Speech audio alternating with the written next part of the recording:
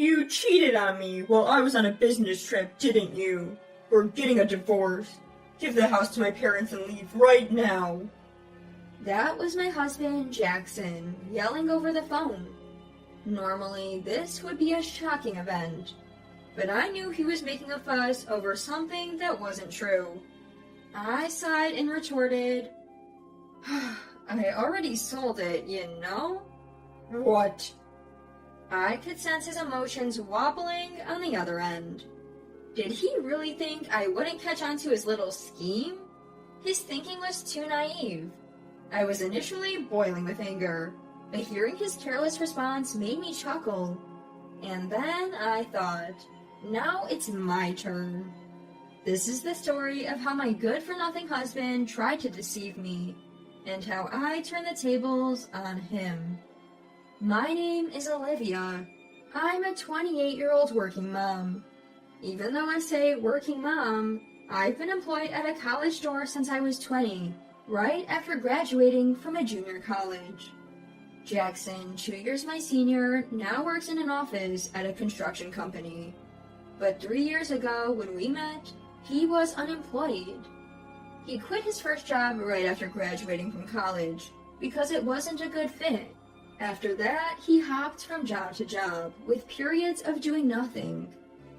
That's when he met me and proposed within a few months. Okay, but there's a condition. Upon hearing this, Jackson looks worried. What is it? You need to find a stable job. Otherwise, marriage is out of the question. We need to think about our future. Oh, look, of course. But you're working, so there's no rush, right? My parents would worry if I married a man without a job. Find one before we get married. Seeing my stern expression, Jackson sighed in resignation. Oh, all right, I'll find one. Then you'll marry me? Yes. And so, albeit reluctantly, Jackson began his job hunt and landed an office job at a construction company. We got married. Back then, I thought of Jackson as a bit careless when it came to money and work. He'd quit jobs on a whim, or think lightly of financial issues even when considering marriage. But he was always willing to listen when I spoke seriously. I believed that after marriage I could educate him. I thought that I could teach Jackson where he lacked, and in return he would compensate for my shortcomings. Together, we'd make a great couple. But it wasn't that simple. Jackson's carelessness seemed to be inherited from his parents. About a year into our marriage, when we were house hunting and considering a mortgage, Jackson dropped a bombshell. I might not be able to get a loan. What? When I asked him to clarify, he casually said, I checked, and because I haven't been at my job long, I might need a guarantor for the loan. The only person I could ask is my dad, but he's got gambling debts, and they're pretty big, so he probably can't be a guarantor. Why didn't you tell me this earlier? I was flabbergasted, especially with the contract and the real estate agent right in front of us.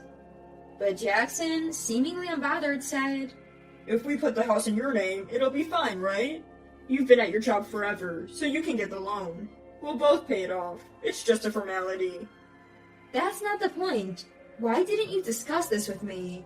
This is a big deal for me too. I'm not even prepared with the paperwork. He did apologize, hands clasped in a gesture of regret, but his demeanor lacked sincerity. I wanted to argue, but considering the already prepared contract and the agent present, I thought it best not to escalate the situation. Reluctantly, I hurriedly prepared the necessary documents, like my income statement, for the loan application. While I impulsively bought the house under my name, I quickly became anxious. Could I really live with this man in the future? Maybe I should have just said, then we won't buy it, instead of rushing to prepare the documents. Adding to my anxiety was the issue with my parents-in-law. The other day, I talked to Dad. Jackson began. He said he might lose the house because of the debt I mentioned before, so he wants to live with us. That's okay, right? What? Why would you think that?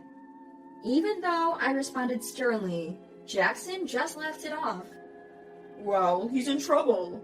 My brother is single, but he's working abroad. I'm the only one he can rely on. Isn't that something we should seriously discuss?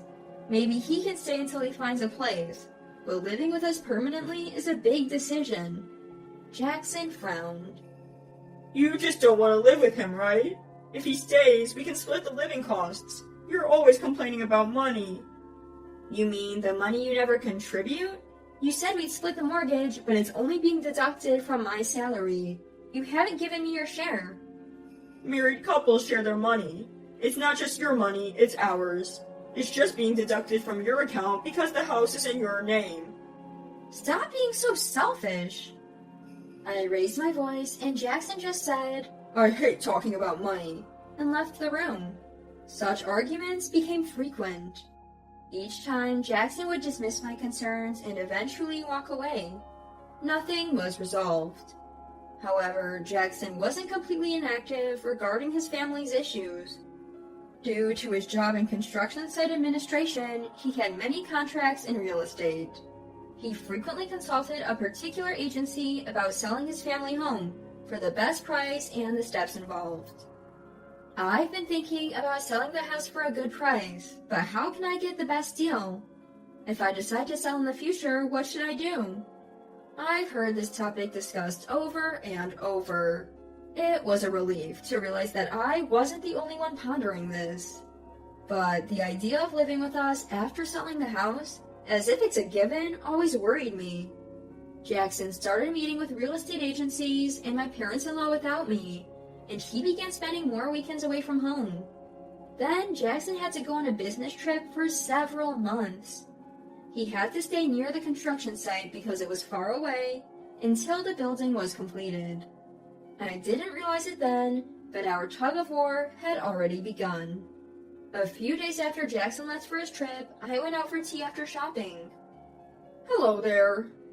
The man who greeted me looked familiar. Recalling past memories, I remembered him as someone Jackson once brought home. He worked at a real estate company Jackson dealt with, a young employee named Samuel. Jackson mentioned he was a newbie, having been with the company for less than a year. Oh, hello. You visited our house before, right? Yes, I'm sorry for dropping by unannounced and even having a meal. My apologies. No worries, I should have been more hospitable. We ended up having tea together. Samuel was very friendly and seemed more sensible than Jackson, despite his youth. We chatted over tea and soon parted ways. At that moment, I couldn't believe it. I couldn't believe that this brief encounter would later be labeled as cheating. That moment came when Jackson accused me. You cheated on me while I was away, didn't you? We're getting a divorce. Give that house to my parents and leave now. The first thing that crossed my mind was that the rumors were true. Jackson had spread the story that I was cheating, aiming for a divorce. The one who informed me about this was none other than Samuel, the man Jackson falsely labeled as my affair. He visited my house the day after our tea. I'm sorry for the sudden visit. About yesterday, Jackson asked me to get close to you. What? I was shocked and confused. I invited him in and listened to his story. Jackson wanted to frame me for cheating to get a divorce. He asked Samuel to fabricate evidence. There were two reasons Jackson wanted a divorce. First, to take the house from me. Worried about my parents-in-law's house, Jackson thought it would be easiest to live there with his parents. But I opposed living together, so he planned to kick me out and claim the house. The second reason was his own affair. While claiming to discuss things with my parents-in-law, he spent weekends with his mistress. He was so infatuated with her that he saw me, his wife, as an obstacle. By framing me for cheating, he thought he could also get compensation in a divorce settlement. I always thought Jackson wasn't the sharpest tool in the shed, but he sure was cunning in the worst ways. Despicable! As I muttered, Samuel apologized. But I never intended to help Jackson. I didn't want to be used for such a terrible scheme. So I pretended to cooperate, planning to turn the tables on him. Samuel then offered various advice, leveraging his real estate knowledge. Finally, he suggested, "You should sell the house while Jackson is away on his trip." When Jackson heard the words, "I sold it," all he could muster was a confused, "What?"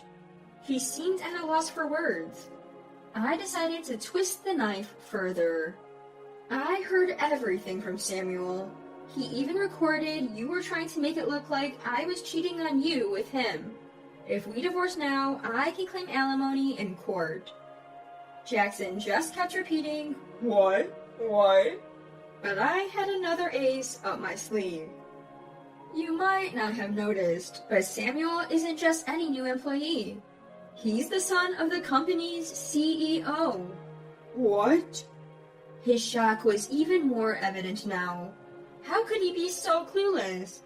I had no idea who I was dealing with. Don't you realize Samuel shares the same last name as the CEO?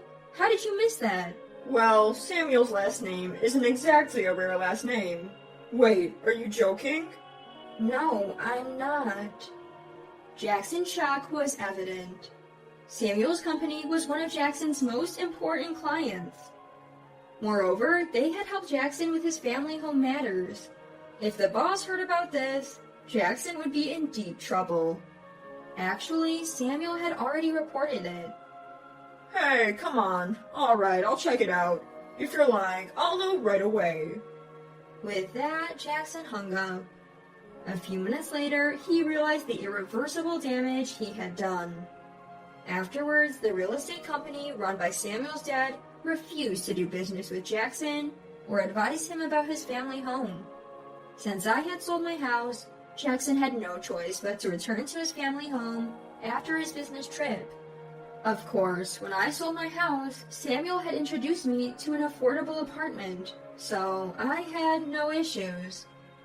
As I started the divorce process, Jackson kept reaching out.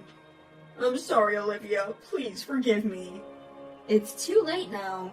You tried to use someone to trap me. Why would I believe anything you say? Don't say that. After we divorce, you can marry that other woman, right? That's what you wanted, isn't it? Yes, but she apparently had someone else she liked and dumped me. What a pathetic story. Just because of that, don't change your attitude and come running back to me. I hung up the phone with a sigh. I hadn't told him where I currently lived to keep him away, but he kept calling non-stop. Every time he'd beg, "Don't leave me, help me, I'll be a good husband." And I was fed up with his empty promises. Once the divorce is finalized, I can delete his number, block him on WhatsApp, and cut ties completely. To top it off, even my mother-in-law called pleading. Please, Olivia, we'll be in trouble without you. It's not me you wanted, it's the house, right? But there's no house anymore. We didn't just want the house, we're not that terrible. Come here and you'll see. You wanted the money, didn't you? That's not true, you're so mean. You tried to force me to live with you, and when I refused, Jackson tried to trap me to get compensation in the divorce. I can't trust someone like that. It's clear you're after the money. As I kept refusing, my father-in-law called and arrogantly said, Isn't it your duty as a daughter-in-law to serve my wife a little? Are you really saying that? Isn't all of this because of the debt you created? When I responded firmly, his voice on the phone became so loud it hurt my ears. You heartless woman, abandoning your mother-in-law in her time of need and blaming her? I'll kill you, you cruel woman! I hung up the phone and, with the recorded audio in hand, consulted my lawyer. It turned out that my father-in-law's words could be considered a threat, so I told Jackson I'd sue him if he didn't agree to the divorce. Panicking, Jackson had no choice but to consent to the divorce. Finally, I was able to sever ties with that outrageous family. After the divorce, Jackson lost trust at work and was hardly given any responsibilities. Moreover, since the debt issue wasn't resolved, he had to sell his family home at a low price. Now, he lives in a cheap apartment with his parents. His salary has decreased since he's not trusted with significant tasks. On top of that, he has to pay me alimony. He's struggling, having to support his parents in this situation. I heard all of this from Samuel. Yes, Samuel and I still keep in touch.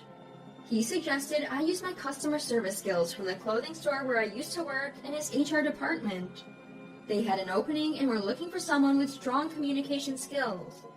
After much thought and consultation, I accepted the offer and switched to the real estate company. Samuel and I continued our close relationship, which eventually turned romantic. After dating for a year, we got married. I became the wife of the future company president. Jackson probably never imagined that the two people he tried to frame for an affair would end up getting married. My new family, including my in-laws, are wonderful people. I plan to build a beautiful life together with Samuel.